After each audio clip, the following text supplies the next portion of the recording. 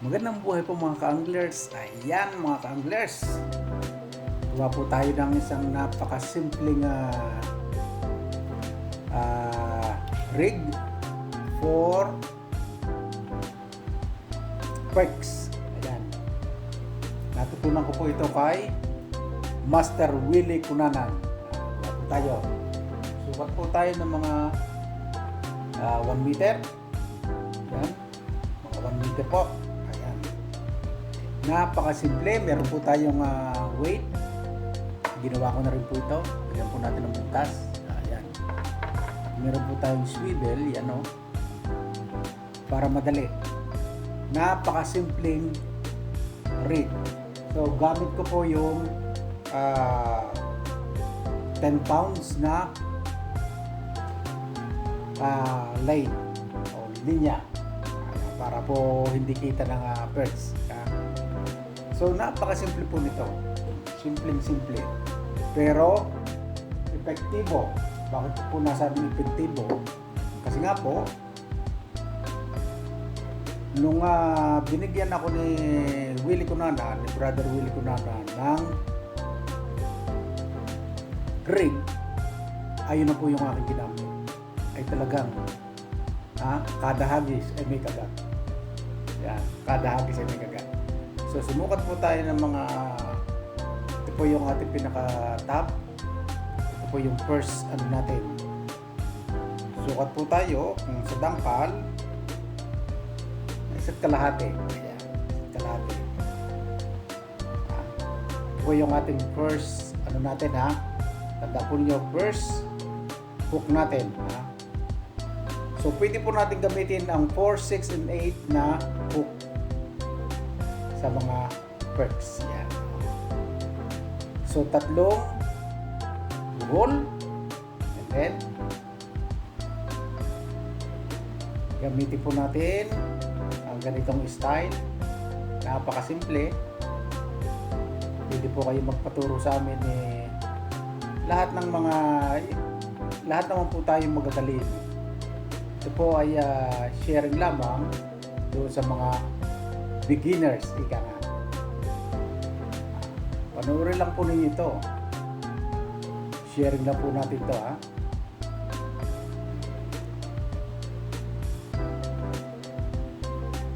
Napakaganda.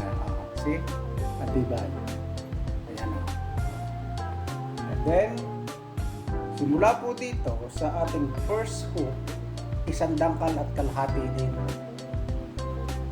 Yan, tama. Kalahati din.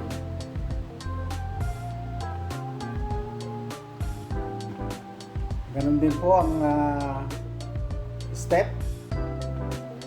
Ibuhol natin ibuhol natin ng tatlo. Ayan.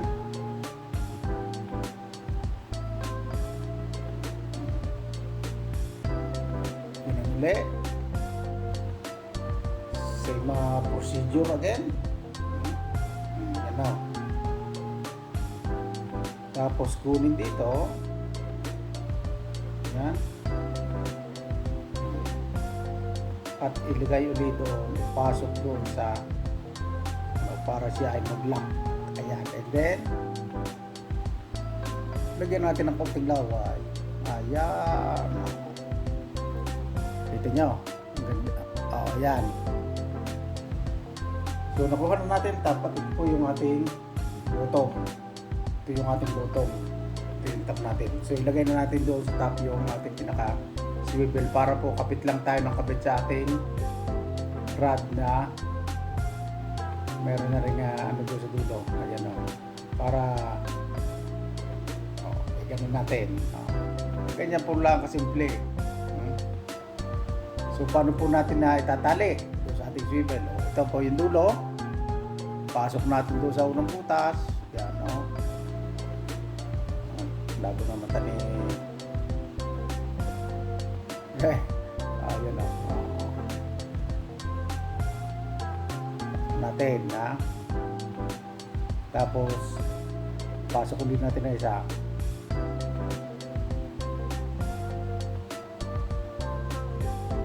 Bawal po dito mga basher sa Para rin po i-sharing ko lang. Ha? Alam ko po kayo magagaling, mas magaling sa akin. Pwede kayo mag-vlog din. Ano lang kasimple. Sharing lang ito, sharing. Yan o. Kunti laway, higitin natin. Ayun. Sus. Ang pagkatibay. Kita nyo. Then, putulin natin. Yan o. Malwaki. Napakatalas.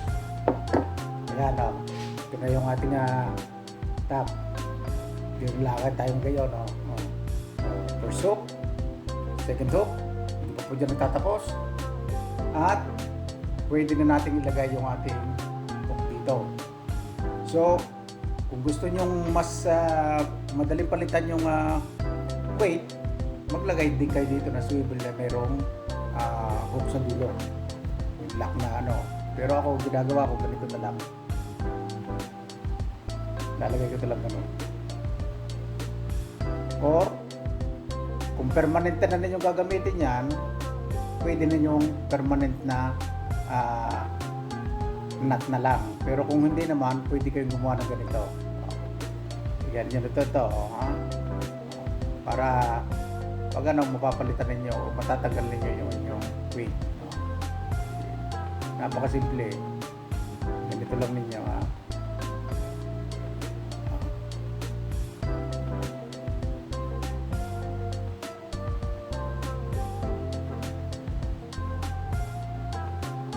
Lang ha. Tapos suot natin dito. Para kung gusto nyo medyo may karing tubig o medyo gusto nyo malayo yung hagis para mapalitan ninyo yung mabigat-bigat na weight. Pero ito po ay tested na ganito po yung ginagamit namin dyan sa Glenmore. Yan o. See? Ang bilis. Tuloy natin ako dito. Natin na para medyo maganda. Yung may mga balahibo sa dulo. At putulin. Putulin natin yung konting balbas. Ayan. Para maganda tingnan. Diba? So ngayon, maglalagay na tayo ng hook dito. Ayan, putulin natin ito. At putulin din natin yung isa sa kabila. Wala! Ito ang aking bebe. Wala naman. So, bebe spaghetti. Yan o. So, dito tayo maglalagay ng isang hook. Ito muna. Kuha tayo ng size 6 or size 4. Size 8 na hook. Sit down baby. Sit. Kuha lang tayo.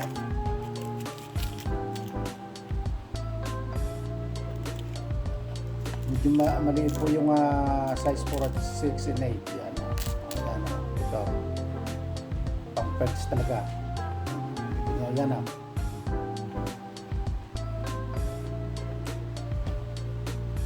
Simple ang ayan o. Ang ginagawa ko po, ganito lang. Dinodouble ko yung pasok doon sa butas.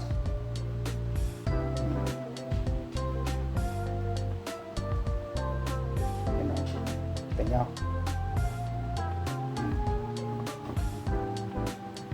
Tapos, ganyan lang. Ganyan lang natin. Alam ko naman, kaya-kaya na rin ninyo ito at marunong kayo. Then, lagay po natin doon. Doon po sa isa ang gagawin ko, po yung isang pagnanat. Tapos meron po akong ganito, pang testing. Sinusot ko lang doon para mahilak siya. So, ibig sabihin, Once na yung pressure niya, then saka natin putulin. Diba? Putulin na natin. Ayan. See? So, yun ang isa natin. Hook sa itaas. Maganda. At maglagay pa tayo ng isa rito sa baba. Ayan. So, ganun din po ang size. Pero yung pagnanat ko po rito, pakikita ko sa inyo ay iba. Para po meron din kayong idea.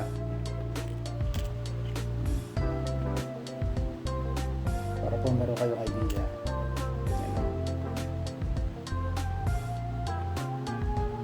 So, gagawin ko naman po dito pagnanat ay kakaiba.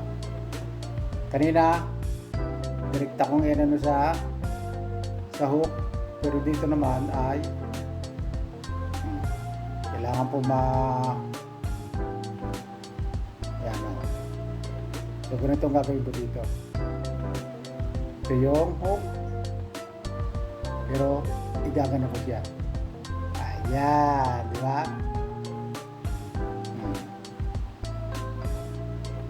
Gawin po nating mga 6 o 7. Ayan. Ingat-ingat lang po sa paghawak sa hook. Baka kayo ay masugatan. Ayan. Then, saka po natin pasok rito. Higitin. Higitin ng bahagya. Ayan. Lagyan natin ng kaunting laway. Ayun. Ayan. Higitin natin. Para siya ay mag-lock. Yan o. See? Niya. And then testingin ulit natin sa ating higitin. Sabihin,